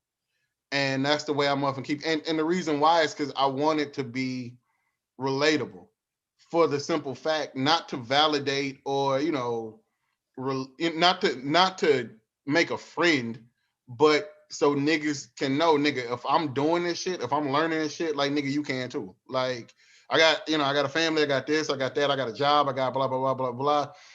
And nigga, I'm telling you, if I can do it, you can do it too. It's just an inch at a time, my nigga. Like that's the reason why. Now, to Fool's point, if y'all notice when I post bullshit, DM shit, it be niggas. It don't be women. It really don't be a whole lot of white folk. It be niggas. So, you absolutely deal with that. Now, it don't really bother me because the same way Crystal talks about it, I'm the same way, but kind of the flip side. That internet shit don't bother me, my nigga. Like, I'm from St. Louis. Like, we do this shit in real life. So you like, and unless you really finna come here and run down, that shit don't move me. Because where the fuck I'm from, niggas really run down. So you being in Cleveland calling me a bitch ass nigga, you being in Virginia, you being wherever fuck nigga if I ever see blah blah blah blah. Like we swing, nigga. Like it ain't no back and forth. Like if it's really like that, it's really like that. So it's the same philosophy, but that's why that shit don't really bother me because like I'm from where niggas do that shit for real. So that keyboard shit don't offend me because I done been punched in my motherfucking face before. Like you know what I'm saying? Like when you actually had that, when you actually go through that shit, when you actually banging with niggas, a nigga 500 miles away calling you a bitch, that shit don't really move you. Like when you in a fight and niggas pull out, start shooting in the air, like that's the shit that you be like, oh man, let me get the fuck up out of it. Like that's real shit. So but you know what I say, what I be like, what anything about what you just saying about like what I be conscious of, or what I doing the work is specifically doing this work that I do, and I look at the conversations that I have with men who legit at this point don't necessarily know what to do, right? Right. Because I feel like there's a lot of times where we're responding and we're doing our best to try to, to show up. But we end up misstepping, misspeaking, misdoing some shit. And now, conditioning takes over and now we're just fucked. So because I've had a lot of men come to me and be like, bro, I really want to do better, but at the same time, I don't necessarily know where I don't know what I'm not seeing. Right. You know what I'm saying? I literally don't know how it goes from here to here so quickly. And some of that, you know what I'm saying? Like, and I think that's why I try to be vulnerable and transparent emotionally. I be on some emotional shit specifically. Because, you know what I'm saying? Like, I know that.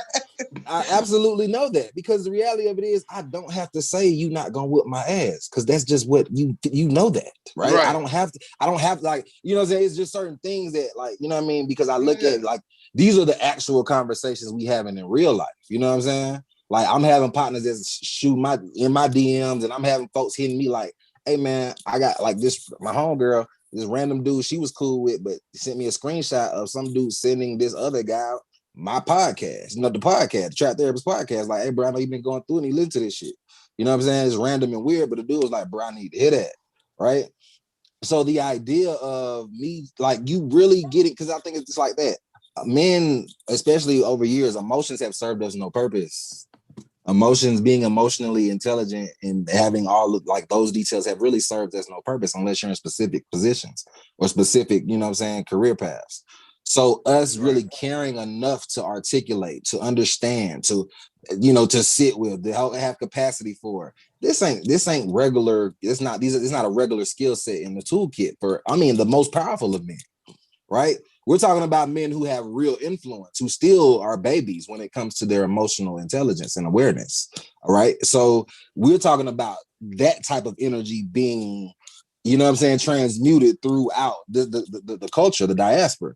So to think about, like, okay, for a lot of it is, and why I be a lot, why I go there is because you end up on the back end finding out about all of this emotion, on the back end finding out about how they actually feel, on the back end figuring out like this man, this black man who we see like the R. Kellys of the world, who of course you see all the fuck shit, but I would imagine what his therapist know. I could imagine, and I know motherfucker ain't trying to hear that shit. I get it. That's why I'm a black man therapist, because I give a fuck about black men. It's not y'all job, because I know we fucked up. But my thing is like, what does that nigga know about R. Kelly? Right? What has he been through to that? You know what I'm saying? And not even just on him, but other men that we see as powerful, but have these emotional flaws, emotional, you know what I'm saying, that we all, of course, because men get a pass for this shit. We get a pass because if we can output and produce at a high level, we get passes for all the fuck shit. So at the end of the day is, at what point are we going to actually share what it means to process the fuck shit and know that, yeah, I'm still struggling and battling while I'm en route to where I'm doing and where I'm going, right? And it's happening now, but again, we see like even when we're talking about the Justin Timberlake apology, yeah, it's all reacting and it's all in response. But I just feel like, again, it's our job to do that, to share what the highs and the lows look like. You know what I'm saying? Real quick, I just want to point out like what the difference is, because I heard you and Mike and Fu say the same thing in terms of like, well, if they come at me, they gonna see me in these streets, whatever, right? But that to me is don't a direct. woo me, dog. Don't woo me, dog. And so but for me, like that's what I'm saying. That's a direct difference between the gender.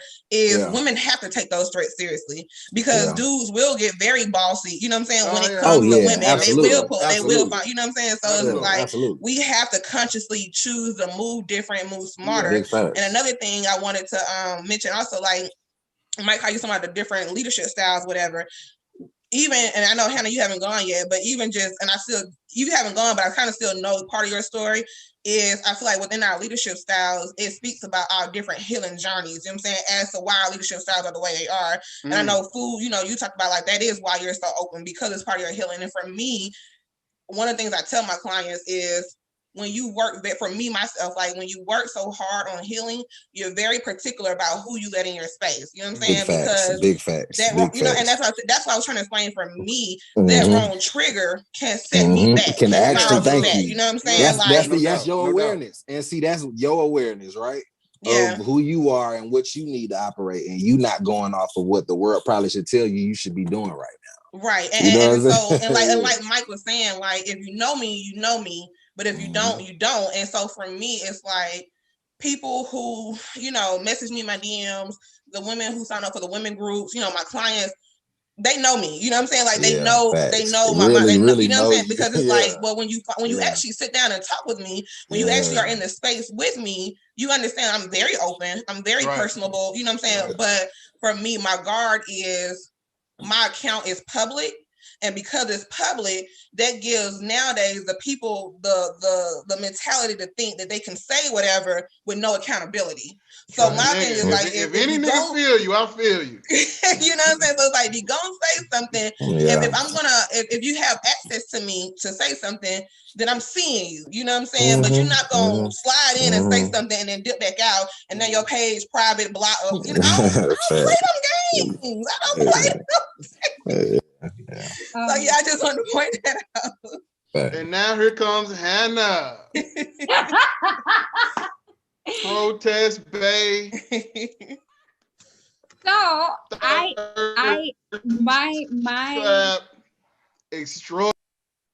my whole thing to me is a lot of people because I post my thirst traps and whatever, they all have like this, they'll come at me like I'm not multidimensional, right? They'll completely dismiss my history lessons, my massive amounts of hours of research, my wanting to educate by any means necessary. As soon as I show skin, that is all that I am. And so for people, and the way that they come at me is like, it diminishes anything about me. But to me, being raised in the Middle East, being raised in a very, very strict household, being a fat brown girl that had to have my clothes tailor-made, part of my revolutionaryism is my fucking thirst traps. Yeah. Bitch, tell me I can't. Respect. Fuck you. Respect. You know what I'm saying? Like, watch me. You know what I'm saying? So like for me, and most recently, the endeavor that I've taken is, you know, Protester Bay is about to, you know, we're about to have our year anniversary in June. You guys are all invited. But having been like the forever single person, right? The extremely independent. I don't need nobody, let alone a man. I will never want for nothing. I will bust my ass to get it. No man can ever turn around and tell me that I need anything from you emotionally, socially. Like, you know, I've always been, as a woman, like we've talked about this before, where it's I'm somebody's sister, I'm somebody's daughter, I'm somebody's girlfriend, I'm somebody's whatever. Like, no, I'm Hannah. You know what I'm saying? So for me to have found a character, right, where I can dream and be vulnerable in the alphaness of my female, but also explore my femininity. That's a word right into this character, no? Where all of a sudden I have a lot of other women that have been deemed too much their whole life, and all of a sudden they're relating super hard to like Protester Bay, right? So Protester Bay has now become its own thing, where now even men have been like, yo, honestly, like I started, straight men have started following me because they couldn't figure out some of the disconnects they were having in dating. And my vulnerability in creating Protester Bay and this idea and fantasy, essentially, because he's not a real person, but he is every man, right, to me. And I've used it as a way of like infiltrating to kind of bring, you know, certain topics that we can't just like, hey, welcome to my lecture on how much you suck. You know what I'm saying? So it's been like another little way where it's become like this fantasy, but also playful, but also for me, for you, for all of us, no? Yeah. Sorry, it's not COVID. I have dry mouth. Yeah. Yeah. But I think that's some of the, yeah. The other part is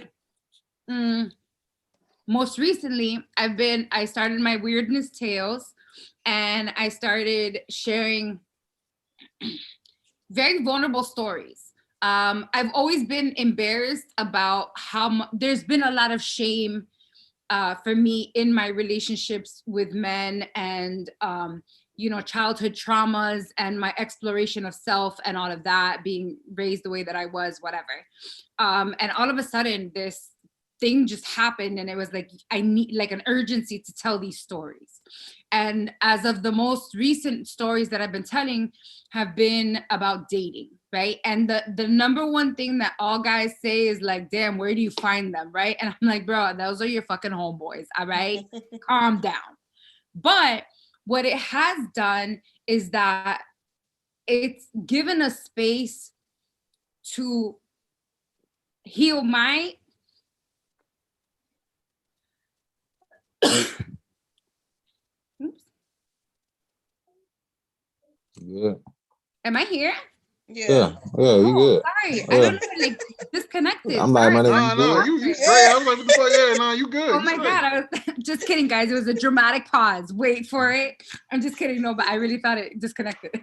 Nah. So awkward. Okay, so my thing is that like in sharing those stories, there's so much shame behind our normalcy of just human development, right? Our normalcy of like the awkwardness of learning how to date. This shame really does like attack like at the most deepest parts of our psyche and our spirit, right? How many of these different assholes that I dated did I internalize their bullshit and really harmed myself over? So in the process of me bringing to light a lot of these stories, it's also been part of my healing and acknowledging my younger self and being like, baby, like I got you, like it really wasn't you. You know what I'm saying? And there's a million other me's that have really blamed themselves over the guy who ghosted them, because now that abandonment trauma has been reopened, and there's just so many layers to it. So it's like the complete opposite. So for me, I have found a lot of healing, and to me it is revolutionary because I'm not supposed to be talking out loud, let alone sharing personal details or my body or whatever, you know what I'm saying? And I still struggle with the double life part of it. But feeling the fear and doing it anyways is part of the work for me. Is because to me, being able to alleviate somebody else's shame by letting them know, like, hey, like, you're not alone in this, no matter how embarrassing it is. Like, more of us have been through it than you realize. It's just we don't want to talk about the nuances of just being a certain age in a certain period or whatever, because it's just embarrassing, some of the dumb shit that happens, no? Like with online dating, so many people will take that shit to the grave. Like, and I'm out here like, bitch, I named them. They had personalities. Like, I got all the scoop on all of them. And so all of a sudden there's become like this relatability where it's been very healing. But I have had people like, bro, don't you feel mad weird? Like, what are you getting from this? Like, you know what I'm saying? And I'm like, bitch, if you're not there, you're not there. You know what I'm saying? I'm not talking about your business. You know what I'm saying? And I'm keeping their privacy. I don't use any of their names. I put the clown face over their bodies. Like, you don't know who the fuck they are. You know what I'm saying? I don't even talk about the cities that they're from. You know what I'm saying? So like, at the end of the day, it's been very interesting to see the people that are really uncomfortable with how vulnerable and how much I put out. And still not being able to comprehend that even with what you know, there's still layers and layers and layers to me. And I think that that's another thing, is that like we've become so surfacey that we can't comprehend the depths of people's characters and experiences and personalities. Yeah. And I want to commend you and Fu, because part of you all's journeys are very similar to healing in regards to the thirst traps per se. Fu, I know that you talked about like in the past on past podcasts, your reasoning behind the shirt off, you know what I mean, and what that does for you and how free you, and it's like the both of you all's revolution in that, you know what I'm saying, and the healing and the freedom within that, because society places so much shame that makes you feel like you're supposed to, you know, and then so like you say, it's a mental battle where mentally you're okay with it, mentally you love yourself, you're confident, but then society makes you feel otherwise, and so now you have this internal conflict, you know, whatever. And you know, and going back to, like you said, Hannah, like that multidimensional, you know what I'm saying, how people can't I'm looking at it because I don't know if it's on your screen, but on my screen, you and Fu at the bottom, so that's why I keep doing like this. Y'all are next to each other. And so you know, I think about that, and I think about the direct comparison where Fu's sex appeal draws more people in. They are more intrigued. They're like, oh, this black man, you know, and he's sexy and he can talk deep, you know, whatever. But like you said, but when it comes to women, there's a cutoff. You can only be one or the other. Either you're gonna be deep or you're gonna be sexy. You know what I'm saying? Like, it's a direct comparison. And it's also I think like I've had guys that'll like slide in my DMs or whatever, and all of a sudden, like, just literally based on the first message, I can tell what brought them here, either my body or my brain. But very, very, very rarely is it ever both. You know what I'm saying? And I talk about it so much. I talk about it with my protester bae. I've talked about it with my weirdness rants. I've talked about it in my tales. Like the winning factor of a man being able to enmesh the two and see me as a whole ass thing and not separate me, right? Because some men can only take my sexuality but not really want to take my opinions or my words. And then other men want to take my words, but it's like they have to convince themselves to love my fat body. Like, bitch, you know why? Case. Can I piggyback on that though? Yes, fuck you can. From a masculine standpoint, and kind of going into why I do the things that I do, the idea that there, from a lot of men, there is either one or the other, because with themselves, and a lot of us as men, we don't talk about this enough, we aren't comfortable in our sexual self, in our sexuality. outside of the physical act, like we don't actually understand what it means to embody that energy and actually move with that and operate and work with it like we think we do. Ooh, somebody got into that program, boy. We ain't even started yet. Like this is the appetizer, you know what I'm saying? Ooh. But shit. No, but I reason why I say that is because I say that is because I look at it, right? The idea that, okay, we look at Malcolm, right? The idea that we talked about his past and certain aspects of his sexuality and identity, but to know that this is not something that we could ever talk about congruently with him when we talk about his greatness. We always talk about it in a shameful way. We always talk about his experiences and who he became and those aspects of his identity as a Black man who was our hero in certain aspects of what he experienced and who he was that got him to be Malcolm. We shun that and we don't want to discuss that when actually that could have been the actual one of the key levers to get him to that point, right? So even thinking about the just what it means for, and I'll be real with y'all, when you said that, Crystal, like it hit because it's like I've sacrificed a lot to have my shirt off on the internet. Mm-hmm.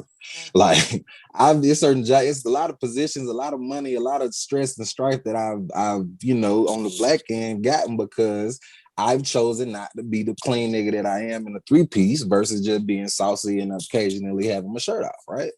And it looks like, and I'm serious because this is a real conversation that a lot of us as young men, especially going into, we have to either choose being ourselves or being an avatar, right? We have to either choose being a creative or whatever God made us to be that may not look like 100,000 or whatever, you know what I'm saying, or it may look like a longer path to a certain state of stability. We have to choose, right? So and somebody told me this a long time ago, and I really appreciate it when he's like, bro, you a tangible hero. He was like people see you at the same time as like you don't make it to where it's like unattainable. It's like and that for me matters because at the end of the day, I understand that there's a lot of us we get to the point to where we'll sacrifice. Then at 50, 60, now we want to be all these things, but we done cause so much harm playing this position and playing this role and not honoring our divinity and who we actually are. It may not be your purpose to be a millionaire young brother. You know what I'm saying? But it may be your purpose to actually like change the world. That may not look like you having a bad right now. You know what I'm saying? And I think that's some of the conversation where you can switch it up and realize, like, I had this with my mother. Like, mind you, like I was raised, like super strict, super all of that. It's kind of similar to Hannah. The idea though that we are in a space where truth is the aim, freedom is the goal. What is freedom if we still connected and tied to this dollar? You literally are telling me, and as I'm telling my daughter certain things and I'm sharing with her certain stuff, it's like I'm lying to my child if I'm telling her to do something that I'm personally am telling her not to do something that I'm personally uncomfortable doing, or not even comfortable doing, but I fought to actually make it to where she can do. Yeah. Like, I don't want her to feel certain shame around her body and certain shame around who she is and certain stuff like that. When in real time, like I fought to be this way because I've struggled with my own body issues. Yeah. Like I have certain, when it comes to my chest and it comes to certain things, like, yeah, I'm a football player, but yeah, now I got man boobs. Like we talk about these things, like men have body dysmorphia as well. Men have a hella sexual like insecurities. That's why it manifests the way that it does, right? So when we talk about what it means for confident in who we are, the thing for me is I just didn't have all the shit to put in front of y'all to so that y'all couldn't see me. I had to still be powerful when I was broke. I had to honor my divinity. I had to, because I was like, I have a child now. You know what I'm saying? When I wanted to give up, it was like, nah, bro, because it's actually gonna be, I'm actually had to teach her how to honor herself, do that, right? So the idea of, exposing myself, and I think now I don't want to be an old man trying to do shit that I have that people paid the price of me to be able to do now. I don't want to be comfortable doing shit that literally I've worked hard and I've done this work to be able to do now. I think so many of us wait to the point where we get good and comfortable to be ourselves, and it's like, are you actually yourself if you have to wait to get to a place to operate in a certain way? You know what I mean? Like, and is it that way? How much does it actually mean to you? How much is freedom to you? Like, how much does freedom actually cost to us when we wait? Curating a personality in real time. Thank you. Like, but if you're then that's literally the complete opposite. Exactly. And that's one of the reasons why, like, I signed up to be here, because this is one of the only in few platforms from myself where I feel like I can speak my truth while being free. You know what I mean? Because you're on certain platforms where they still want you to kind of tone it down. They still want you to, and I tell people all the time, like, I won't do something if I can't be myself. You know what I'm saying? And for me, you know, well, let's be crystal clear. My whole tagline is healing through transparency. I'm a firm believer in being transparent. And although I'm private, it still is very liberating for me, because if you know, you got to follow personal and let's be crystal clear page, I post a whole lot more on Let's Be Crystal Clear than I will on my personal page, because for me, the Let's Be Crystal Clear was built upon transparency. You know what I'm saying? And it's like that has been the or you know what I'm saying, that I've set for that particular page, where, you know, the private page I started at back when Instagram first came out, and it's like you just know the vibe of the personal, you know, so I just don't even post like that on there, because I have to be a lot more conscious, and if I have to be that conscious, then I won't do it. And then I also want to go back to the multidimensional thing again. You know, and part of the privacy, you know, going back to when Mike first originally asked me about being private, is because I understand that a lot of people are very I don't want to say simple-minded, but they're very like one track. They can't, you know what I'm saying, like see multi whatever. And so for me, it's a lot more important that you grasp the message that I'm putting out there. Because I know, and truthfully, it's not just men. You know, it's women and men. Like you have women who will begin to idolize you. You know what I'm saying? And they're zooming in, and they want to see your hair, and they want to see the nails, and they want to see the jewelry, and they want to see what kind of car in the background. It's a whole lot of that. And it's like, while you're doing all of that, you're missing the overall piece of the concept that I'm trying to get you to. So for me, like I said, you have to choose. Like that's why I was saying, like, I get the aesthetics, I get the flex. You know what I'm saying? Like you can flex, but you it's like at the risk of sacrificing what? You know what I'm saying? Like if I flex, if I post the stuff, if I'm showing you a picture of me in my house and you want to zoom in, and it'd be a lot of stuff that people be doing, you know, and you're missing the now when you're looking at my page, or you're looking at now you're too focused on the background aesthetics of stuff versus what I'm actually saying. So again, it's like with women, particularly, I'm speaking for, you know, myself, you have to be so strategic in how, not only how I present myself for the safety, like I said, because dudes will really pull up on women, but you have to, you know, prepare yourself for that guard, as well as understand that, hey, with women, a lot of times it's hard to be multidimensional because people will only choose to see you one way. Well, I wanna thank Crystal for did the dog just pee? I don't know. I wanna I want to thank Crystal for saying that, you know, on this platform she feels, you know, free. That's the intention. You know, and that's part of why I created and crafted the platform the way I did.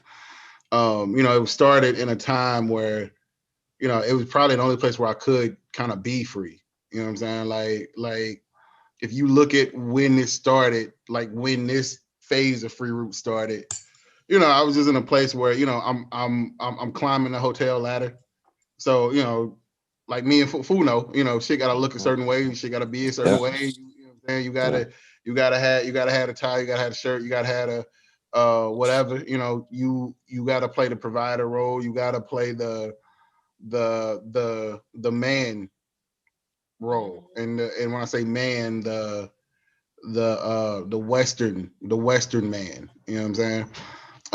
So, you know, this was or it is kind of the place that helped me dig into, you know, who I really am, what I really like, and what I really want to do. You know what I'm saying? Like, and you know, what I really want to do, I discovered through here is a huge part of who I am. That, you know, there are people who do, you know, they go to work 40, 50 hours a week, and you know they're absolutely detached from it, but you know they can function like that, and you know that's fine. Like they got a job pushing a pen or, you know, whatever fuck, and they're good with that. You know, I'm not.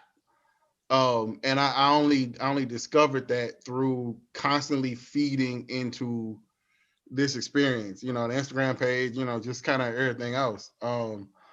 So I'm glad that it could give for at least Crystal. I would imagine for y'all too, but it could give for y'all what it gave for me, and that's just an opportunity to be authentically free in who I actually am, what I actually felt, what I actually want to talk about, what I actually wanted to kind of be about, and kind of how I wanted to build what my best self looked like, and there were times where it was the only avenue where I could, you know what I'm saying?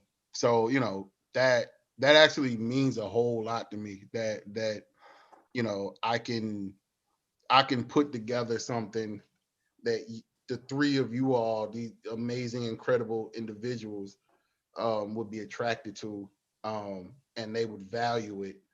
Because I'm just a St. Louis nigga, man. Like I ain't got no, I ain't got no tricks and no secret to it. So the fact that y'all see value in it, that I built something and y'all can come and y'all can look at it and see it the way I see it. You know what I'm saying? Like that's what's up. Cause shit. I mean, this is high key one of the most important things in my life. If I play it nonchalant, but if I'm being honest, it is. It's up there. You know what I'm saying? If I didn't have it, I don't know where I would be from an emotional standpoint, from a mood standpoint, from a mental standpoint. So the fact that we get to move to the next phase of it and build it together with y'all, using y'all contributions and y'all tools, that just gets me really fucking excited. But it makes me feel good that y'all came here for the same reasons that I built it. Mm-hmm. So I mean, just close it out now. My bad. I done fucked up the mood, man. I done fucked up the money. Yeah, you ain't fucking nothing up. So yeah, man, we've been on that bitch. We've been on that bitch 2 hours anyway. Yeah, man. So yeah, my bad. I done fucked up the church's money. Oh nah, you just the game about to come on. The game about to come on, Pastor.